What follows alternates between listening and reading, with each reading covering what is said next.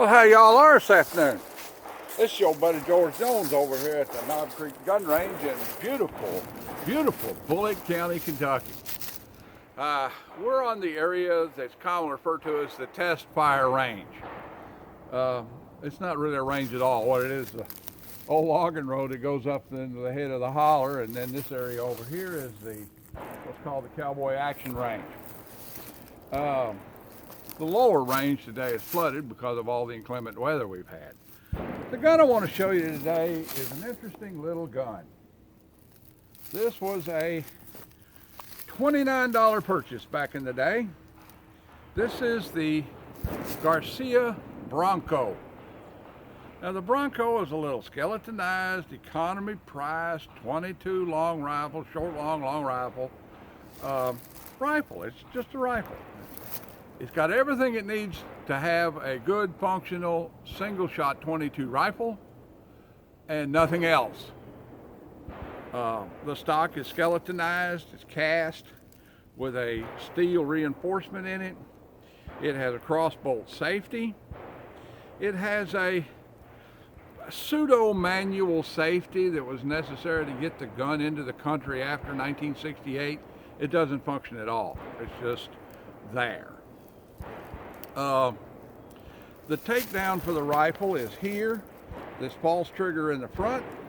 You pull that trigger, push that tab over. It rotates over. You put a bullet in it. You rotate it back. Pull the trigger so it'll lock in place. And when you did that, pulled this trigger, it cocked it. It has a little rudimentary buckhorn style sight.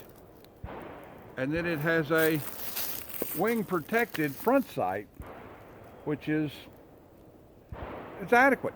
It's there, it's adequate. Crossbolt safety shows red when it's ready to fire. And we're gonna give it a try. Now, back in the day, I had the variation of this gun, which was 410. They manufactured this gun in 410, 22 Magnum, 22 long rifle only. You can't get an arms car. They're in there so tight you can't get them to slide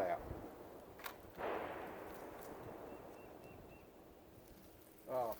Where were we? Oh, they manufactured them in this configuration, which is 22 long rifle only, or 22 short long rifle. They manufactured them in a slightly bigger version, which is 410 and 22 over and under. Boy, I had one of them. It was a squirrel killer, buddy, and it was a groundhog killer. And of course, I could shoot pretty good when I was a kid, so and they manufactured it in 22 Magnum. I never saw the 22 Magnum version, but as soon as I saw this at Western Auto, I was on Dad to go down there and pick it up because I'd already paid for it.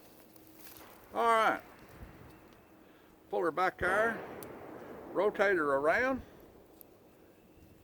put us around in battery, pull the trigger, lock her shut, take her off safe. I put up a little piece of wood over there. Let's see if I can hit it. It's a little wobbly, just like I remember it. And I hit that. It wasn't a hard target, but I nailed it. Let's see. Get her to eject there, and then reach up there and pull her out. Get us another one put in there.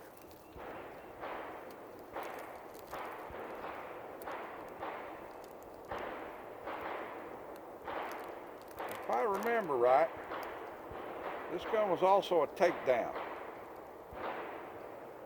But I'm not going to take it down because it's not my gun. All right, let's give it a try on up the hill here. Oh, let's see if we can get that. Yeah, it's an accurate little bugger. Push the old lever right there. Check that guy out there.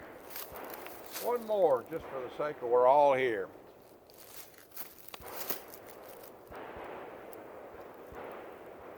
People say, well, that's not much of a gun. I'm telling you, it's a pretty good old gun. Let's see if I can hit that little sapling over there. Nope, but I knocked the bark off of it. This is just a very rudimentary little gun.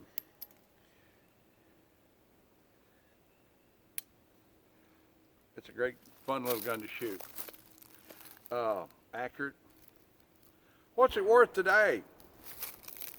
Well, today it's more of a collector's item than an actual serviceable firearm. This comes from the collection of a private collector, and it's going right back to him. But I'm saying if you see one of these things hanging on a shelf somewhere in a gun shop, we're probably looking at 2 fingers anyway. It's just a nice little gun. Kind of a novelty item, but unlike a novelty store item, it shoots and works right. All right then, that's about the size of it for this installment on Hey, I Got This Old Used Gun. Like, take, share, pie, commentate, and subscribe. Leave me a $1 in the Patreon buck if you want to, and if you don't, I'll keep right on making content for you. I kind of like it. Be kind to your neighbor. Be a good citizen.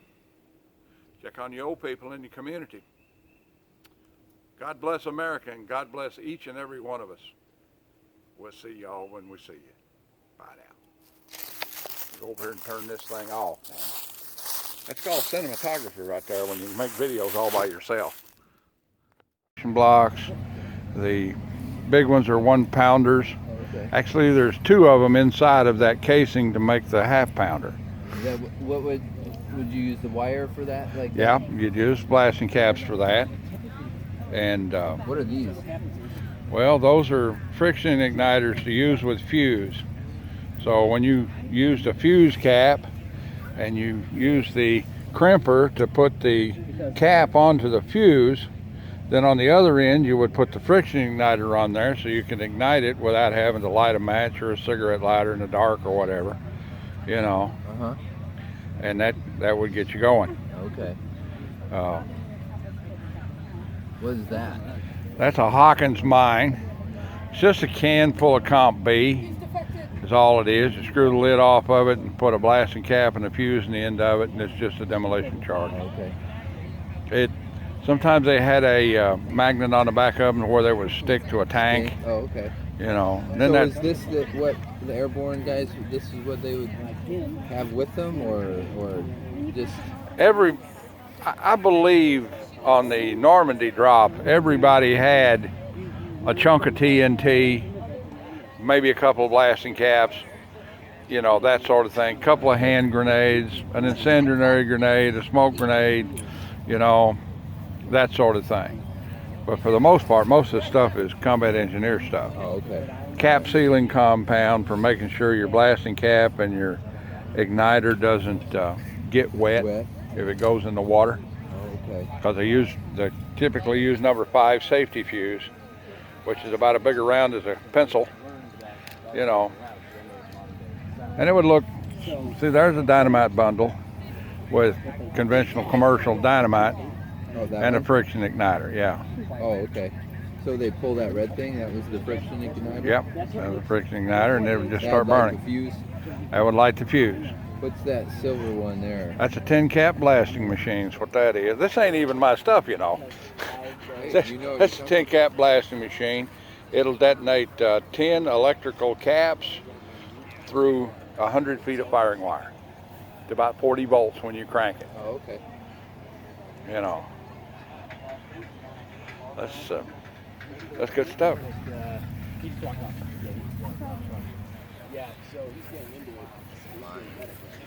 Yeah, that's mine. This is actually a pretty good display. You know, and you never know. You know, paratroopers had to carry a rope around with them in case they needed to lynch somebody, Nazi or something like that. Actually, it's to get you down out of the tree. Yeah, right. Yeah. Get caught up. So what you do is, Are these grenades too then? yeah, they're rifle grenades. Oh, rifle grenades. Okay. This is an M7 rifle grenade launcher. right there, that launcher there. It goes on an M1 rifle. So how would that work then? Does it use like a blank? Like a blank, yeah.